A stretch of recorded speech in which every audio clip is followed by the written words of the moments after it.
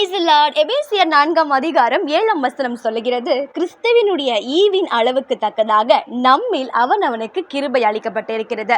நம்ம நிறைய நேரம் சொல்லுவோங்க, எனக்கு கிருபையே இல்லை. மற்றவங்க சொல்றதை கேள்விப்பட்டிருப்போம், எனக்கு கிருபையே இல்லை, ஆண்டவரின் வாழ்க்கையில கிருபையை வைக்கவே மறந்துட்டாரு அப்படின்னு சொல்லி. இந்த வேதம் தெளிவாய் சொல்லுகிறது, அவனவனுக்கு கிருபை அளிக்கப்பட்டிருக்கிறது. நம்ம வேதத்துல பார்க்கிற மோசையோட நாட்களில ஆண்டவர் ஒரு ரூலை போடுறாரு. ஒவ்வொருத்தருக்கும் ஓமர் அளவு உங்க குடும்பத்திற்கு ஏற்ற லக்கத்தை நம்ம மன்னாவை எடுத்து சேகரித்து வச்சுக்கணும், அந்தந்த நாளுக்கு மன்னாவை எடுத்துக்கொள்ளணும் அப்படின்னு சொல்லி. அதிகமாக எடுத்தால் பூச்சி பிடிச்சிரும்னு கூட ஆண்டவர் சொல்கிறாருங்க.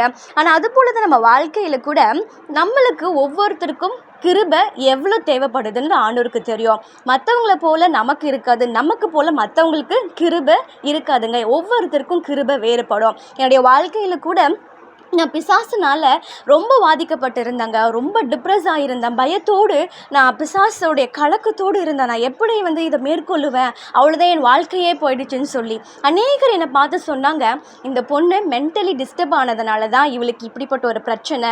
அவள் நல்லதாக இருக்கா, பிசாசுலாம் ஒன்றும் கிடையாது, அவள் போய் சைக்காலஜிஸ்ட் கிட்ட கூட்டிகிட்டு போங்க அப்படிலாம் சொன்னாங்கங்க.